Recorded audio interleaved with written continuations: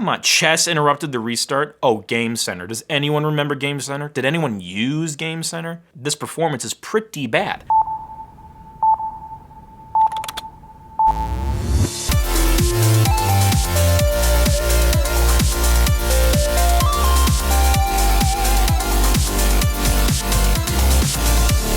Hey guys, how you all doing? Really? That's great. I hope you're way warmer than me because I'm 10 stories underground and it is balls cold here in the winter. Oh my gosh, and I don't know like the metric quantity of balls, so I don't know how cold that really is, but it's cold. But anyway, we're gonna power through. You know what? Honestly, I'm just gonna run anything graphically intensive on this laptop for 5 seconds and it will be a nice hand warmer.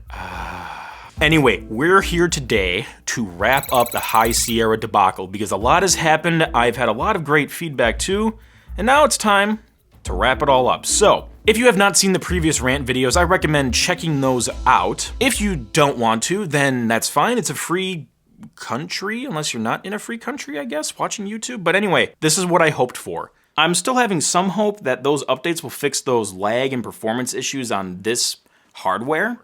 I was saying I'm going to wait for future software updates. A few days after I say that, 10.13.2 comes out, and honestly, this is kind of anticlimactic, but 99% of my problems that I was having are totally gone. So the dot update actually fixed everything. So throughout this whole experience, I learned 2 things. 1, always have a solid working backup of your system to roll back in case an upgrade totally screws you over. 2, wait for the dot update, probably 2 dot updates before upgrading. And kind of a third bonus thing, make sure you have backup installers in case you need to install old software. This will give you a safety net in case the new software upgrades are not good for you. That's basically what I've been dealing with the past forever, until this dot update came out and things got better. But that's not all. A new version of Final Cut Pro also came out, and not only did it introduce awesome new features, which I do demo in this Tidbytes video if you want to take a look at it, but it also fixes all of the bugs and performance issues that I've had prior, which is amazing. However, we're not done yet. I am still going to run a few tests and show you what's the happy hap before I make my final decision of what I'm going to do, which was basically either reformat and reinstall High Sierra, reformat and reinstall regular Sierra, or just continue like I am right frickin' now. So, let's start with a few things. The main issues were graphical related. A lot of people suggested to install the CUDA Core update. The only thing is, not everything uses CUDA cores. You have to remember that. Only certain programs will utilize CUDA cores. Those things are not constantly being summoned and called upon in software. So I don't think that was really an issue. This was just, compatibility. This is it's an older machine at this time. This machine is like, almost 4.25 years old. And I think the software is just having a problem running on it. It's gotten better with the dot updates, but I'll show you something that still goes a little crazy. Screensavers. The beautiful Arabesque screensaver. This is a good demo right here. I'm going to trigger it and watch this.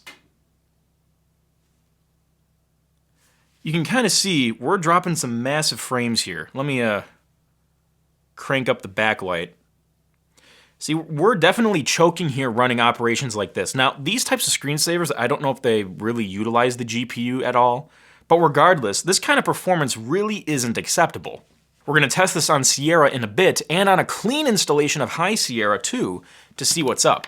I do have both clean Sierra and High Sierra systems on this drive right here. We will get to that in a moment. So overall, I haven't noticed graphical lag longer than like a split second in certain applications and app switching. That's really not too bad. It's actually worse with the screensaver, which really doesn't affect me because I don't use screensavers really, but it's just something I've noticed. Like, this performance is pretty bad. It's not really affecting my day-to-day use, it's just something I found interesting. So now, ooh, I just smacked my screen. I am sorry, screen. Maybe that's why you're mad at me, Sierra. So now, let's plug this sucker in. Okay, it's somewhere. There we go. There we go. Come on.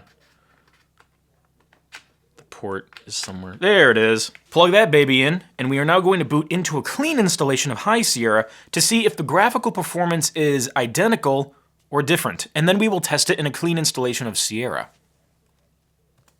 One of the theories was that my system was getting a lot of barnacles and crust because I have been upgrading this home folder and this user account if I recall correctly, since like the Leopard days, so it's been a long time.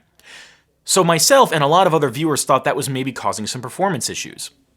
However, I don't think that's the case because the dot updates seem to fix everything. And also, well, we're going to find out soon, if we have similar performance issues on a clean installation, that really destroys that theory.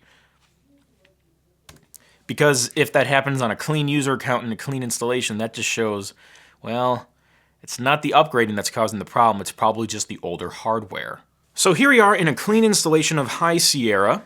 I couldn't test the older dot updates because the new one was out, so it just pushed me right to dot 2. And we're running it off of an external Thunderbolt SSD drive. So, that was actually redundant, solid state drive. We're gonna test something simple, a screensaver. Let's see if it lags the same way it does in my current system. Let's go to Arabesque and preview. So this right here just proves my point. This is a clean installation, no barnacles and crust, no stupid drivers or any kind of like bad kex or anything. And it still lags on this hardware with High Sierra. So there definitely still is some performance issues, but for all intents and purposes, I can ignore that because the performance issues really aren't noticeable when I'm doing my day-to-day stuff. I also noticed it when I was doing some Windows Server stuff. I was kind of stressing the expose mode and all of that just by opening a lot of applications all at once and stressing the system. All right, so I'm just gonna rapidly open up all these. Just a little drop frame right there, a little bit of some drop frames right there. Yep, it's pretty fine now. It's pretty smooth right now. Yeah, it dropped a couple frames, not too bad, but yeah, it's pretty smooth. Let's go to the desktop. That's looking pretty smooth. Nice, so okay, this is working out okay. Graphical performance-wise, this doesn't look too bad. That's good. It used to be way worse. All right, very nice. We got a bunch of bouncing icons down there. That's gonna drive me nuts. Let's try opening some more. Yeah, not too bad. Pretty good, smooth performance, especially for older hardware, older mobile hardware.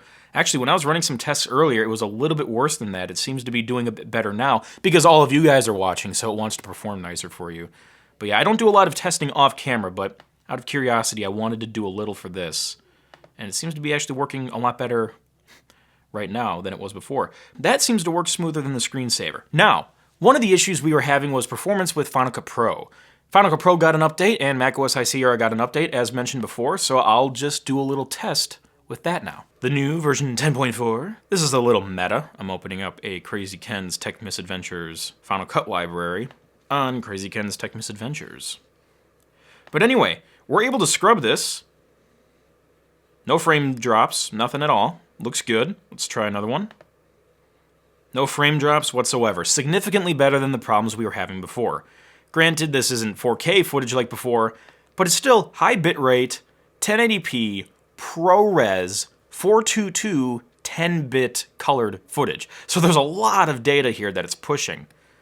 And it scrubs at a perfect 60 FPS. Beautiful. This is gross. It makes my expensive computer that I've had with me for 4 years seem like a piece of junk. So those big concerns have been addressed. So now there's one other little thing I can think of to test. I want to see if Sierra is still as fast as it was on this hardware compared to High Sierra. The systems in terms of performance are getting closer on this hardware because the dot updates helped. But for silly stuff like that screensaver, I can't believe that still lags on High Sierra.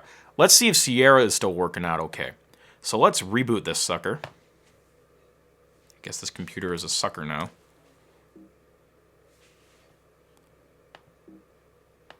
Screw you, Automator. Come on, chess interrupted the restart? Oh, Game Center. Does anyone remember Game Center? Did anyone use Game Center? I don't think so. Bye-bye. Bong. Name that chord, win $1 million. Just kidding, I don't have the money for that. Don't ask. All right, let's boot into regular Sierra, which I put on that external drive, you know, in case of emergencies, because back when I was cutting some pretty important video footage, yeah, High Sierra was just not working.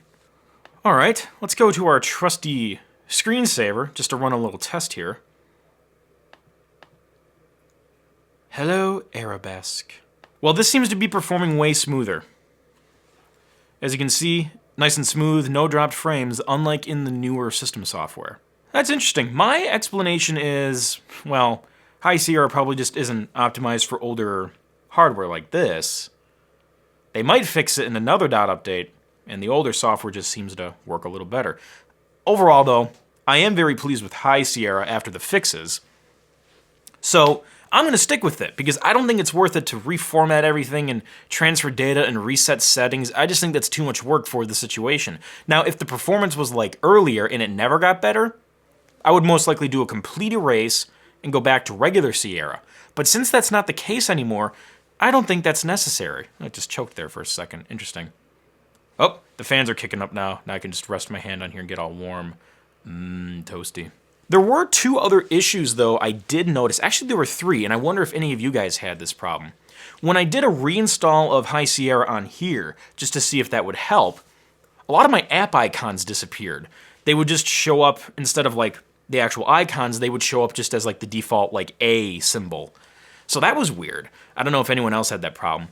The other issue I had was that the kernel task was just eating up my hard drive space. All of a sudden, I would get a warning saying my startup disk was almost full, and I would check the activity monitor, and the kernel task was writing hundreds and hundreds of gigabytes of data. I don't know why. But yeah, those 2 things haven't happened in a long time, but they did happen a little bit. The other issue I had was that my default applications sometimes would be reset. So like if I wanted to open up a movie file, it wouldn't open up in the QuickTime player. It would like for some reason open up in QuickTime 7, a very old 32-bit version of the media player. But again, I think that stuff kind of stopped happening now. It's just kind of back to normal. Yeah, this is regular good old QuickTime 10. No issues there. But yeah, those are 3 other little bugs I encountered, but those seem to be solved. So there we go, guys. I'm calling this a win. It was a little bit of a battle, but I came out victorious. Even though I really didn't do much but rant about it. I don't know. I like to feel like I helped. Apple really did all the work. I know it's a little anticlimactic, but honestly, I'm kind of glad it was because now I don't have to worry about other crap and I can just get back to my work. So for good measure, I think as a nice parting gift to this whole disaster, we should remove the other High Sierra system. I'm still going to keep Sierra on that external drive just in case, but I think it's fair to say we can wipe out High Sierra. Fantastic. And operation failed? Oh, come on, I can't even close this outright. Alright, let's try that again. Take 27. Alright. All the emotion is gone, though. macOS High Sierra. Alright, that can go away. Hit the minus button. Refill Sakuma. Hit apply. Partition. There we go. And good night. High Sierra and I are on good terms, but honestly, I don't know how much more I'm going to be upgrading this computer after that. I might just stick with High Sierra and stick with this computer until it finally craps on me, because I don't know if it's really worth upgrading it anymore, unless Apple releases some really kick-ass features. So, we will find out in the not-too-distant future. But until then, stick around for more Krazy Ken. Thanks for watching. Catch the crazy and pass it on.